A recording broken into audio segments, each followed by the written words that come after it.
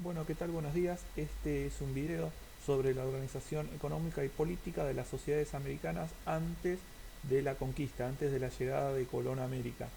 En el video de hoy lo que vamos a trabajar son las características económicas, cómo se obtenía el alimento, qué tipo de alimento se producía y cómo se organizaban políticamente, quién mandaba, quién tenía autoridad, quién tenía influencia, quién tenía poder. Así que bueno, comencemos.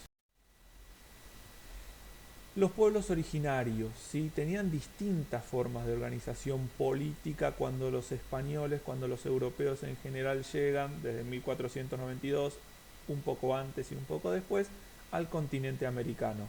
Había bandas, pequeños grupitos de cazadores y recolectores que estaban deambulando por todo el continente, tribus, grupos un poquito más grandes, confederaciones, ya organizaciones medianamente complejas, con un jefe, con un líder, con tratados de amistad, con guerras, y después vamos a tener al menos tres grandes sociedades, que dos van a ser imperio, el imperio azteca y el imperio inca. Vamos por el principio, ¿sí? En la mayoría del continente lo que habían eran pequeños grupos de bandas, ¿sí? Grupos pequeñitos, cazadores y recolectores que tenían un jefe, un líder, normalmente el más anciano, el más viejo, ¿sí? Pero que todos cumplían una función. Si se salía a cazar, todos cumplían una tarea de caza, si iban a recolectar alimentos, todos iban a cumplir una función. Esas bandas, que normalmente se organizaban de manera familiar, de una familia grande, una familia extensa, cuando crecían de número ya se llamaban tribus. O sea, las bandas cuando crecen en su población las vamos a llamar tribus.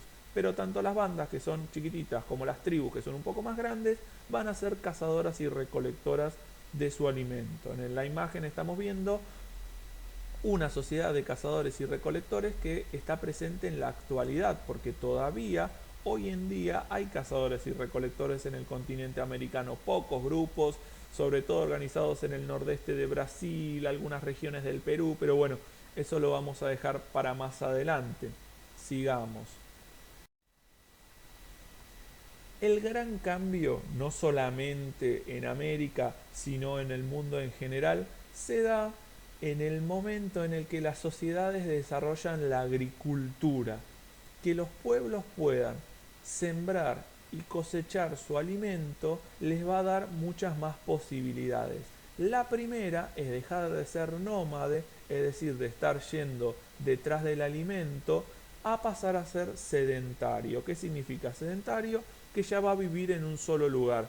Ahí ya las casas van a mejorar en su calidad, ¿sí? Porque antes eran como una especie de carpas de cuero, porque yo la tengo que armar y desarmar en la medida que me tengo que ir de un lugar donde los animales se murieron o donde no hay más alimento, ¿sí? Y ya ahora va a haber pequeñas aldeas. ¿Sí? Entonces, el cambio en la producción de alimento, que en el continente americano el alimento más importante va a ser el maíz, tanto en el norte, centro y sur del continente, ¿sí? Va a ser el alimento más rico en proteínas.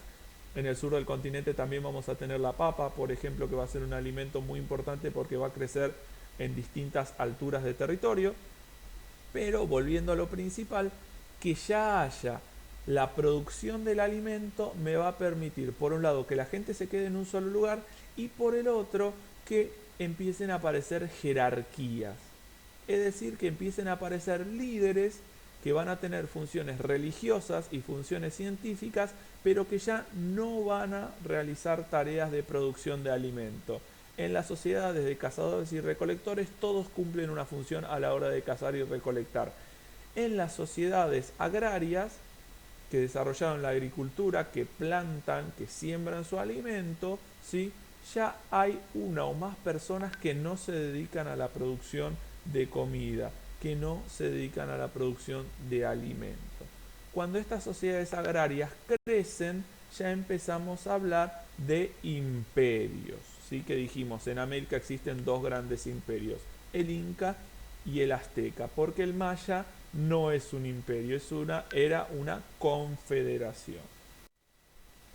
Entonces ahora tenemos un gráfico que está un poquito complicado, pero que lo vamos a ir entendiendo de a poquito. Dice, los imperios Y lo que yo deseo resaltar es cómo funcionaban esos grandes imperios. Este dato es muy importante para entender la conquista de América. Fíjense, abajo en la imagen tenemos un montón de gente que está sembrando y cosechando que vive en sus aldeas.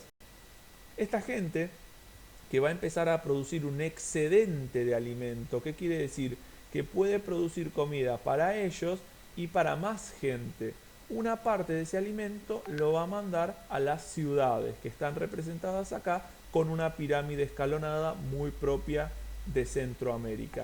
Estas ciudades que van a copiar el alimento también van a enviarlo a las ciudades más grandes, a las ciudades capitales donde vivían los líderes, los tlatoanis, ¿sí?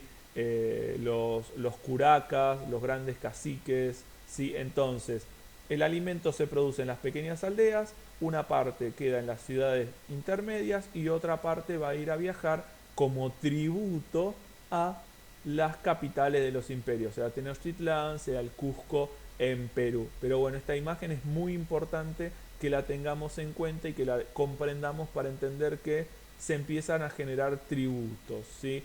En la actualidad lo más parecido a un tributo es el impuesto, ¿sí? Que las personas pagamos cuando compramos un alimento o los impuestos de alumbrado, barrido, limpieza que van a parar al Estado Nacional o a los estados provinciales y de ahí eso se utiliza para pagar las calles, los arreglos, el sistema de salud, pero bueno, esto es para tener una idea de que este sistema de tributos, no con alimentos, sino con dinero, perdura en la actualidad. ¿Sí?